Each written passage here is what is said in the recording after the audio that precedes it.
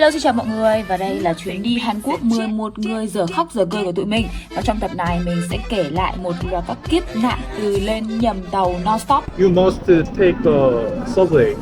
bị từ chối ở quán ăn, cho đến những pha bị người địa phương chửi vì tụi mình đã đùa nghịch hơi quá đà. Mặt nghiêm túc đánh giá thế. Wow, what the fuck? Hai vì leader mà. Leader cũng chảy mồ hôi khá là nhiều. Đây không phải leader nhưng mà cũng đang chảy mồ hôi khá là nhiều.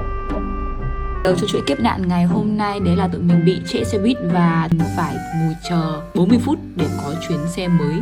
Sáng nay tụi mình bắt đầu một ngày mới ở Seoul với điểm đến là con phố cà phê xinh xắn X-Sangdong. Tập đoàn 11 người của chúng tôi đã trên xe. Lên quá đâu. Sau khi đợi nửa tiếng hơn nửa tiếng. Hơn nửa tiếng.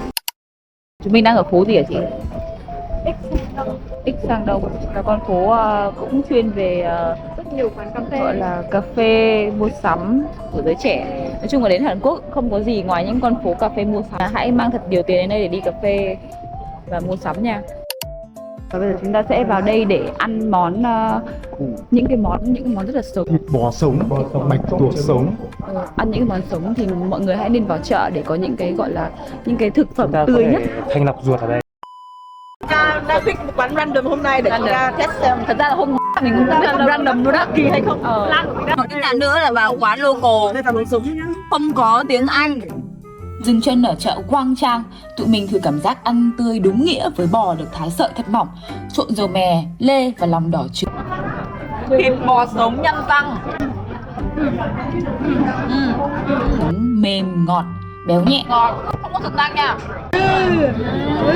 Con bạch tuộc được cắt ngay khi còn tươi sống, chấm muối dầu mè, giòn dai rất đặc trưng. Hôm nay cái tour của mình phải gọi là tour ăn tươi nước sống. Bò sống mềm ngọt và bạch tuộc giòn dai, không hề có chút vị tanh của đồ sống. Ra nha. Xong bữa ăn tươi hơi run run, tụi mình đi dạo một vòng chợ Quang Trang. Bên trong chợ lúc nào cũng đông và ấm áp. Các quầy đồ ăn được bày san sát với đủ các món quen thuộc như bánh xèo Hàn Quốc, kimbap, tteokbokki. Đây cũng là một trong những khu chợ lâu đời nhất ở Seoul, tồn tại hơn 100 năm nên vừa nhộn nhịp vừa mang lại cảm giác rất truyền thống. Kiếp nạn thứ nào của tụi mình ở Seoul bắt đầu sau bữa ăn no nê khi cả nhóm quyết định đến với National Museum. Nhưng thay vì lên tàu điện trong thành phố như bình thường, tụi mình lại bước nhầm vào tàu xuyên tỉnh lúc nào không hay. Với tàu nội đô chỉ có chỗ đứng và ghế dọc hai bên. Tàu này thì có thiết kế giống như kiểu tàu đi xa. Vậy mà 11 đứa vẫn vô tư ngồi kín 11 ghế, trong khi rất có thể đó là chỗ ai đó đã được đặt trước. Tụi mình thì hoàn toàn không biết gì, mà vẫn tỉnh mơ. Đến lúc phát hiện ra thì đã bị đưa tới một trạm cách điểm cần đến tận 40 phút đi tàu. Subway or train? Yep. Train?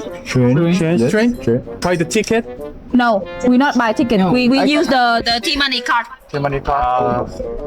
You must take a subway. Subway. Yeah, Subway? yes. So we need to go out. Wait. Okay. You go to the 5 floor. You must take a no. Và sau một hồi luẩn quẩn nhờ sự trợ giúp của các bạn hỗ trợ tại ga tàu, tụi mình cũng lên được đúng subway để đi đến bảo tàng. Ôi, em đứng ở kia hình như là mát ấy kìa. Nhìn cái tháp kìa. Tháp Nam Sa này. Ghé National Museum of Korea, bảo tàng lớn nhất ở Hàn Quốc, lưu giữ rất nhiều hiện vật về lịch sử, văn hóa qua nhiều thời kỳ. Không gian vừa rộng vừa yên tĩnh, mà đặc biệt còn miễn phí vé vào cổng. Sau một ngày đi nhầm đường liên tục, đi bộ siêu nhiều, tụi mình chính thức rơi vào trạng thái mệt mỏi rã rời. Nhóm quyết định đi ăn gà gấp, những tưởng đã hết kiếp nạn rồi thì chưa. Tụi mình vào một quán gà, hỏi bàn cho 11 người. Quán thì gần như trống, chỉ có 2 khách thôi. Nhưng mà cô chủ quán vẫn lắc đầu, ra dấu X, hai này rất dứt khoát. Tụi mình năn nỉ thử ghép bàn được không? Cô suy nghĩ một lúc gật đầu, nhưng sau đó lại bảo cả nhóm mình ra ngoài đứng chờ. Lúc đó kiểu, chuyện gì đang xảy ra vậy trời. Nhưng mà sau một hồi lang thang tiếp, tụi mình đã tìm được một quán gà nhỏ xinh khá low key với anh chủ siêu dễ thương. Và đó thực sự là cái kết cho một ngày đầy drama ở Seoul. Và highlight ngày hôm đó chính là bữa tiệc sinh nhật bất ngờ cho các bạn sinh tháng 9. Ha나, 둘, 셋. Một. Thôi. Hai, ba. Yeah, chúc mừng các nha.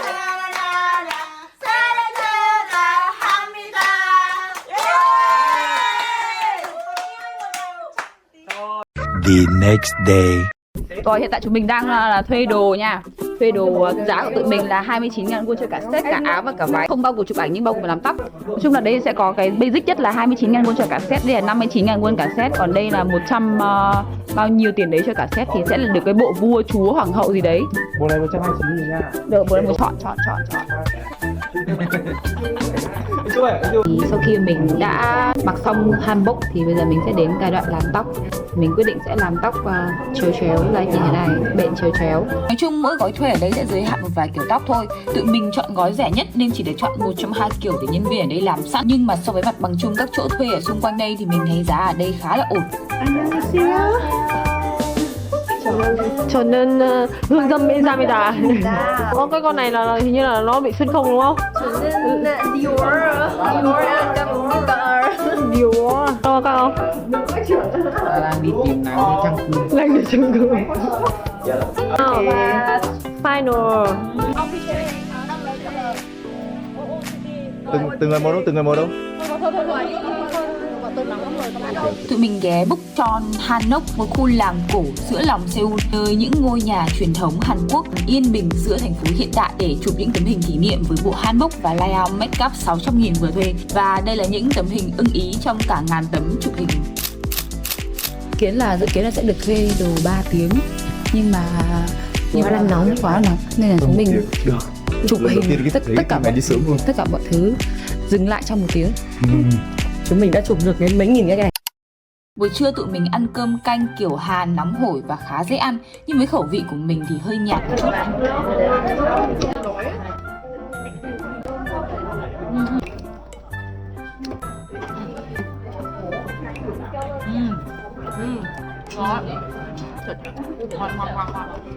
Bây giờ thì tụi mình đang ở Yeouido Hangantok để tụi mình sẽ có những cái hoạt động rất là local như là thuê xe đạp và ngồi cắm trại, ăn gà uống bia tại sông Hàn. Tụi mình dành một buổi chiều đạp xe và picnic ở sông Hàn, một trải nghiệm rất local.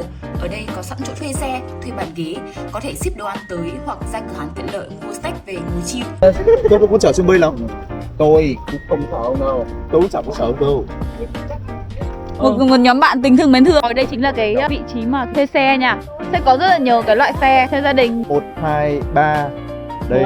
4 chỗ. Đâu, 5 chỗ luôn cho 2 trẻ con ở trước luôn. Bây giờ mình chốt lại nào. Xe đơn thì xinh, nhưng mà xe này thì vui. Xe đơn ở ngoài kia kìa. Tôi chọn vui. Ông chọn khỏe. Thế nào đây? Vui ở đây. Là 4 cái xe này là cái xe 4 chỗ này. Tụi mình thuê xe đạp ngay gần sông Hàn, giá khoảng vài chục đến hơn 100.000 một tiếng tùy loại xe. Đám tụi mình thuê đủ các loại xe từ xe đạp đơn, xe đạp đôi cho đến xe gia đình, rồi thay phiên nhau đạp xe.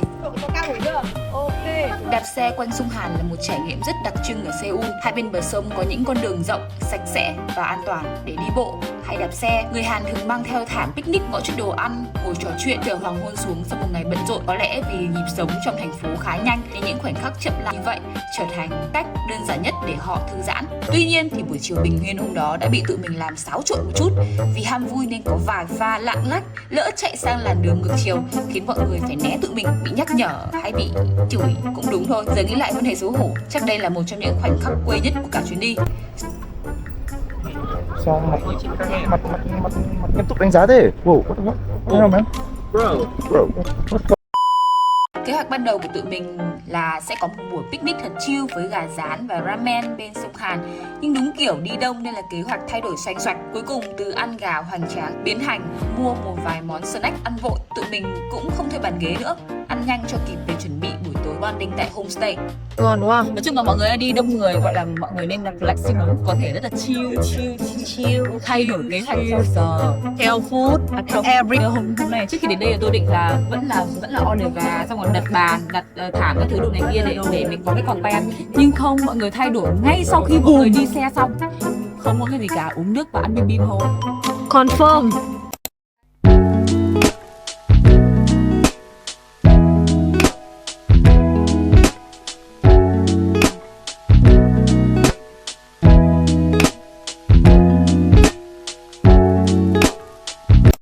Và thực sự là 11 đứa tụi mình từ Đức, từ Canada, từ Việt Nam bay sang Hàn Quốc chỉ để có một buổi tối ngồi lại bonding trong homestay. Chứ nhất quyết không chỉ đi đâu nữa. The next day. Đây là Dongdaemun Market. Dongdaemun Market, Hương Dâm đây. Ngày cuối ở Hàn Quốc, tụi mình ghé Dongdaemun để mua chút quà mang về, đi dạo một vòng giữa khu phố mua sắm nhộn nhịp. Ở những cái chợ ở Hàn Quốc thì vẫn có những cái sản phẩm pha ke nha mọi người. Dior, không có Dior mà là Dior. Adidas với lại Nike với lại Fancy. Đi Hàn Quốc tụi mình khá chủ quan, không đổi nhiều tiền mặt vì nghĩ dùng thẻ là đủ. Và cái kết là có lúc mấy đứa chúng mình không có tiền mặt để mua đồ ăn vặt, thế là phải đi ăn ké. Chúng tôi là hội 3 người không đủ tiền. Không đủ tiền mà dùng quẹt thẻ. Tôi chỉ có thẻ. Bây giờ cái strategy chúng tôi đang dùng đấy là ăn ké của bạn. Bây giờ là Hôm nay cho người đi ăn ké. Hãy đứng cạnh những đứa ăn ít. Không, nó ăn một miếng không nó bảo là ngon quá. vậy thì đối tượng của mình là Chị cha. Ngon không? Các xin cái cả cá hả? Xin hấp nước. Ai đấy? Chiến thuật đây. Chơi gì? Không có chiến thuật gì cả.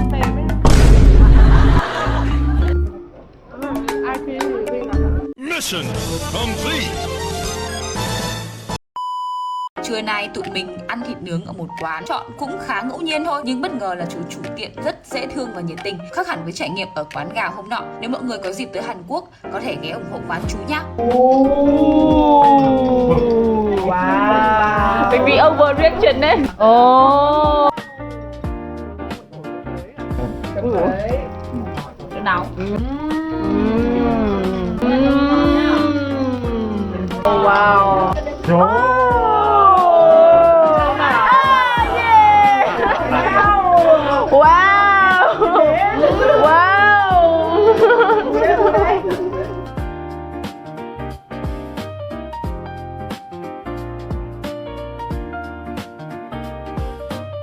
Buổi chiều tụi mình đi mua sắm với kết thúc ngày bằng món lòng nướng. Lòng được nướng vàng trên bếp, bên ngoài hơi giòn, bên trong béo mềm, chấm cùng muối hoặc sốt. Một món ăn rất hợp để khép lại một chuyến trip nỗ lực.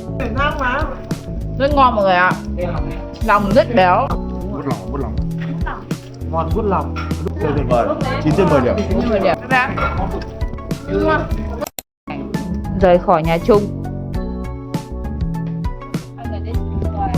Hai anh chị với mọi người. Germany ở đâu rồi? Vì tụi mình phải có mặt ở sân bay từ 3 giờ sáng để kịp check-in cho chuyến bay lúc 5 giờ. Đi bus thì sẽ khá là cập rập. Thế nên mình đã quyết định đặt xe đưa đón riêng trên Klook đón tận nơi với giá hơn 3 triệu cho 9 người. Tính ra khá hợp lý cho một chuyến đi sớm như vậy. Bye bye. Hẹn gặp lại ở châu Âu. Rồi. Hẹn gặp lại châu Âu. Hẹn lại ở Việt Nam còn dễ hơn. Hẹn lại ở Việt Nam dễ hơn. Đứa nào nói đây, đứa nào nói.